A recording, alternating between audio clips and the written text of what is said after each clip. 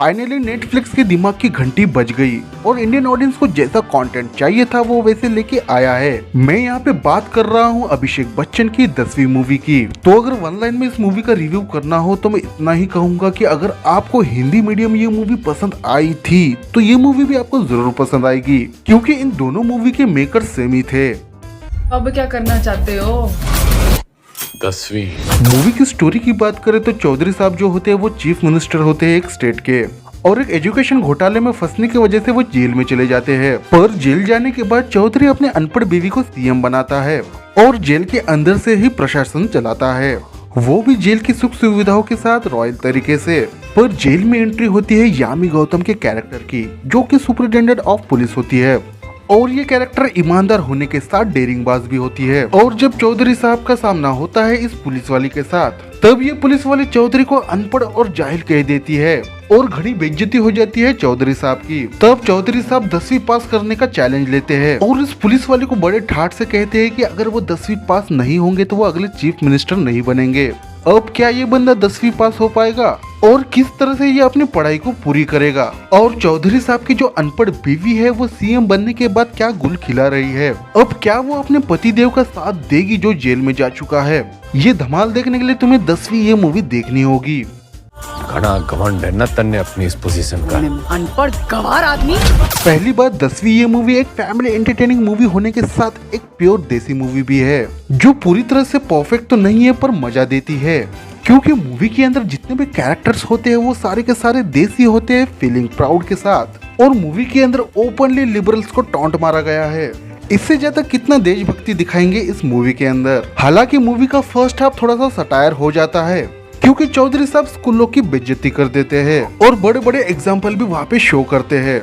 सरकार चलाने के बाद मैं गाय भैंस ना चराऊंगी। पर मूवी का सेकंड हाफ उस चीज को कवर कर लेता है। ऑब्वियसली एजुकेशन के इम्पोर्टेंस पे बनी ये मूवी है, और इस मूवी के सब में खास बात ये लगे कि इस मूवी के अंदर हिंदी भाषा यानी मातृभाषा सीखने पे जोर दिया है, जो ज्यादातर स्टूडेंट इस लैंग्वेज को इग्नोर कर देते हैं।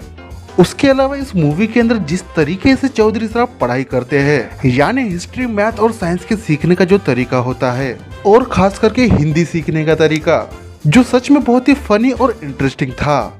पढ़ा लिखा जाट, 16 दूनी 8, सो डोंट बी स्मार्ट। अब तुम्हारी जानकारी के लिए बता दूं कि इस मूवी की जो स्टोरी है वो रियल लाइफ के इवेंट से इंस्पायर होके बनाई सो है।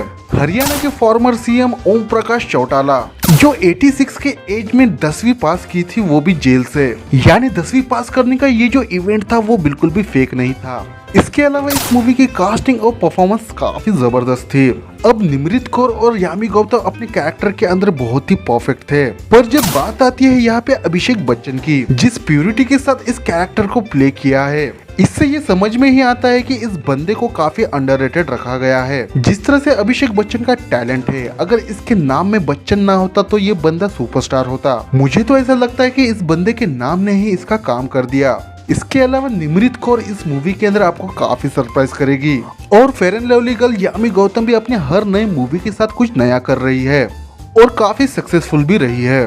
बस दूसरा अटैक आ गया तो 10वीं की जगह 13वीं हो जाएगी। मेरे हिसाब से इस मूवी को देखने के लिए किसी की रिव्यू की जरूरत नहीं है, क्योंकि बॉलीवुड के अंदर परिवार के साथ मिलकर देखने वाली मूवी तो कम ही बन रही है। उस हिसाब से 10वीं ये मूवी काफी वेल मेड बनी है, जिसे फैमिली के साथ खुलकर एंजॉय कर सकते हैं। तो अभिषेक बच्चन की 10वीं ये मूवी मैं आपको हाईली रिकमेंड करता हूँ। मेरे तरफ से इस मूवी को 10 में से 7 स्टार। इसी बात पे वीडियो अच्छी लगी हो तो लाइक करना, और दिमाग में बैठी हो तो सब्सक्राइब।